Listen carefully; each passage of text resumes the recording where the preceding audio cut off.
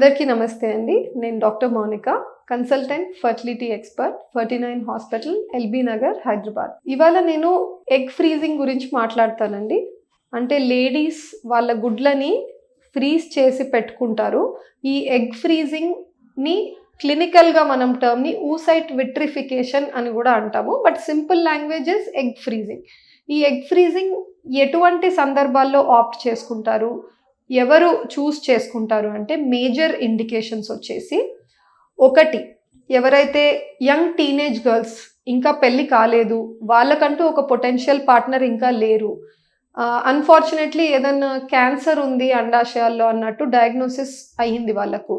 So ఆ క్యాన్సర్ని తొలగించే ప్రయత్నంలో ఇమీడియట్గా ఎంత అర్జెంటుగా వీలైతే అంత అర్జెంటుగా వాళ్ళు ఓవరీస్ని తీసేయాలి సర్జరీ ఫామ్లో, లేదా ఫాలోయింగ్ రేడియోథెరపీ లేదా కీమోథెరపీ లాంటి ట్రీట్మెంట్స్కి వెళ్ళాలి అని అడ్వైజ్ ఉన్నప్పుడు ఏమవుతుందంటే ఆ డాక్టర్స్, ఆ క్యాన్సర్ స్పెషలిస్టే సజెస్ట్ చేస్తారు, యంగ్ గర్ల్ అండి, మీరు ఇటువంటి రాడికల్ ట్రీట్మెంట్స్ వెళ్ళేటప్పుడు ఓవరీస్ తీసేయాల్సిన పరిస్థితి, లేదా రేడియోథెరపీ కీమోథెరపీ వల్ల ఓవరీస్ బాగా దెబ్బతిని ఎగ్స్ అన్ని కూడా చనిపోయే అవకాశాలు ఉంటాయి. కాబట్టి ఇప్పుడే ఈ ట్రీట్మెంట్స్కి వెళ్ళే ముందే ఈ షార్ట్ అమౌంట్ ఆఫ్ టైంలో మీరు ఐవీఎఫ్, టెస్ట్ ట్యూబ్ బేబీ పద్ధతి లాంటి ట్రీట్మెంట్కి వెళ్ళి ఇంజెక్షన్స్ తీసుకొని ఎగ్స్ని బయటికి రిట్రీవ్ చేసి ఎగ్స్ని ఫ్రీజ్ చేసేసుకోండి అని చెప్తారు. లేదు ఆ లేడీకి పెళ్ళి అయింది లేదా ఎవరన్నా పార్ట్నర్ ఉన్నారు పొటెన్షియల్గా అంటే మాత్రం స్పర్మ్స్ వేసి ఎంబ్రియోస్ తయారు చేసుకొని ఎంబ్రియోస్ని కూడా మీరు ఫ్రీజ్ చేసుకోవచ్చు. బట్ టీనేజ్ గర్ల్స్లో మెజారిటీ కేసెస్లో అలా ఉండదు కాబట్టి వాళ్ళ ఎగ్స్ని వాళ్ళు ఫ్రీజ్ చేసి పెట్టుకుంటారు. ఇలా పెట్టుకోవడం వల్ల ఫ్యూచర్లో అడ్వాంటేజ్ ఏంటి, నువ్వు ఆ సర్జరీకి వెళ్ళినప్పుడు ఓవరీస్ తీసేయాల్సి వచ్చింది, లేదా ట్రీట్మెంట్స్లో పూర్తిగా ఓవరీస్ దెబ్బతిన్నాయి, ఫ్యూచర్లో ప్రెగ్నెన్సీ ఎలా ట్రై చేస్తారు పెళ్ళైన తర్వాత అంటే వాళ్ళ ఓన్ ఎగ్స్తో ఆ ఎగ్స్ని మళ్ళీ మెల్ట్ చేసి ఇప్పుడు ఎవరితో అయితే మ్యారేజ్ అయిందో ఆ హస్బెండ్ స్పర్మ్స్ని ఇంజెక్ట్ చేసుకొని ఎంబ్రియోస్ తయారు చేసుకొని వాళ్ళ జీన్స్తో ప్రెగ్నెన్సీ కుదిరేలా హెల్ప్ అవుతుంది ఈ ఎగ్ ఫ్రీజింగ్. ఇది ఫస్ట్ సినారియో. సెకండ్ సినారియో వచ్చేసి సోషల్ ఫ్రీజింగ్. ఈ సోషల్ ఫ్రీజింగ్ చూసినట్టయితే even major actresses like Priyanka Chopra వాళ్ళందరూ కూడా ఓపెన్గా దే వాయిస్డ్ అవుట్ అండి వాళ్ళు ఈ స్టెప్ తీసుకున్నారు అని చెప్పేసి. సో అటువంటి లేడీస్ ఏమవుతుందంటే వాళ్ళకు కెరియర్లో పీక్లో ఉంటారు, ఆ టైంలో మ్యారేజ్ అయ్యి ప్రెగ్నెన్సీ వాళ్ళ కెరియర్లో ఏదైనా బ్యాక్ స్టెప్ అవుతుంది, అదర్వైజ్ వాళ్ళకు ఫినాన్షియల్గా కానీ మెంటలీ ఆ టైంకి ప్రిపేర్డ్గా లేరు ఒక ప్రెగ్నెన్సీ కోసం. కానీ ఫ్యూచర్లో లేట్ చేసే కొద్దీ వాళ్ళ ఏజ్ ఎక్కువ అయ్యే కొద్దీ ఎగ్ నెంబర్స్ క్వాలిటీ అన్నీ పడిపోతూ ఉంటాయి, అప్పుడు ప్రెగ్నెన్సీ రావడం కష్టం అవ్వచ్చు.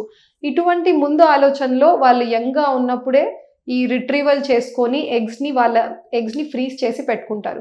ఫ్యూచర్లో ఎప్పుడైతే వాళ్ళు ప్రెగ్నెన్సీకి వెళ్ళాలనుకుంటున్నారో ఆ టైంలో ఈ ఎగ్స్లో స్పర్మ్స్ వేసి ఎంబ్రియోస్ తయారు చేసుకొని వాళ్ళు ప్రెగ్నెన్సీకి వెళ్ళడానికి కుదురుతుంది.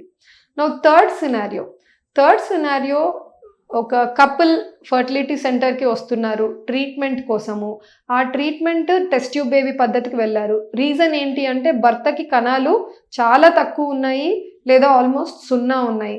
సో 0 కౌంట్ ఉన్న వాళ్ళకి మేము ఏం చెప్తాము అంటే బీజంలో సూది వేసి అలా పద్ధతి ద్వారా వాళ్ళ స్పర్మ్స్ దొరికినట్టయితే ఎగ్స్లో వేసి ఎంబ్రియోస్ తయారు చేస్తాము అని చెప్తాం. కానీ ఈ టీసా బీజంలో సూది వేసే పద్ధతి మీరు వెళ్తున్నారు అన్న వెంటనే 100% స్పర్మ్స్ వస్తాయి లేదా వచ్చిన స్పర్మ్స్ ఖచ్చితంగా సూటబుల్ ఉంటాయి ఎగ్స్లో వేసి ఎంబ్రియోస్ తయారు చేయడానికి అన్నది మాకు తెలీదు. ఆ రోజు ప్రొసీజర్ రోజే మనకు తెలుస్తుంది. సో ఆ ప్రొసీజర్ చేసిన రోజు స్పర్మ్స్ ఒకవేళ రాలేదనుకోండి, అప్పుడు ఈ రిట్రీవ్ అయిన ఎగ్స్ని ఏం చేయాలి అని ముందే అడుగుతాం వాళ్ళని. వాటిల్లో 3 ఆప్షన్స్ ఇవ్వడం జరుగుతుంది. ఒకటి, ఎగ్స్ని డిస్కార్డ్ చేసేసుకుంటారా. సెకండ్, ఎగ్స్ని యాజ్ ఇట్ ఈస్ ఫ్రీజ్ చేసుకుంటారా. So this is the scenario wear it comes. Last option వచ్చేసి ఎగ్స్లో డోనార్ స్పర్మ్ వేసుకొని ఎంబ్రియోస్ తయారు చేసుకోవడం. సో ఒక్కొక్క కపుల్ అది వాళ్ళ డెసిషన్, వాళ్ళ డిస్కషన్ తర్వాత వాళ్ళ డెసిషన్ ఏంటి అన్నది మాకు చెప్తారు. సో అటువంటి బ్యాకప్ ఆప్షన్లో కూడా ఎగ్ ఫ్రీజింగ్ చేయడం జరుగుతుంది. సో ఇవి 3 మోస్ట్ కామన్ సినారియోస్ అండి ఎవరైతే ఎగ్ ఫ్రీజింగ్కి వెళ్తారో. ఎగ్ ఫ్రీజింగ్ అందరికీ ఎందుకు చేయకూడదు, ర్యాంపెంట్గా ఈజీగా ప్రొసీజర్ కదా అంటే it is not that simple అండి. ఎగ్ ఏంటి, ఒక సింగిల్ సెల్ ఉన్న స్ట్రక్చర్. అదే ఒక పిండంలో మీకు మల్టిపుల్ సెల్స్ ఉంటాయి. డే 3 ఎంబ్రియో అయితే 7 సెల్, 8 సెల్, 10 సెల్స్ ఇటువంటి నంబర్స్ ఉంటాయి. అదే డే 5 ఎంబ్రియో బ్లాస్టోసిస్ట్ అయితే హండ్రెడ్స్ ఆఫ్ సెల్స్ ఉంటాయి. కానీ ఎగ్ సింగిల్ సెల్ ఉంటుంది అండ్ వాటర్ కంటెంట్ కూడా చాలా తక్కువ ఉంటుంది. ఒక ఎంబ్రియో ఫ్రీజింగ్ ప్రిఫర్ చేస్తామా, ఎగ్ ఫ్రీజింగ్ ప్రిఫర్ చేస్తామా అంటే ఎప్పుడైనా కూడా ఎంబ్రియో ఫ్రీజింగ్నే ప్రిఫర్ చేస్తాం. రీజన్ ఈజ్ ఎగ్స్ ఫ్రీజింగ్ని అంత హెల్తీగా తట్టుకోలేవు.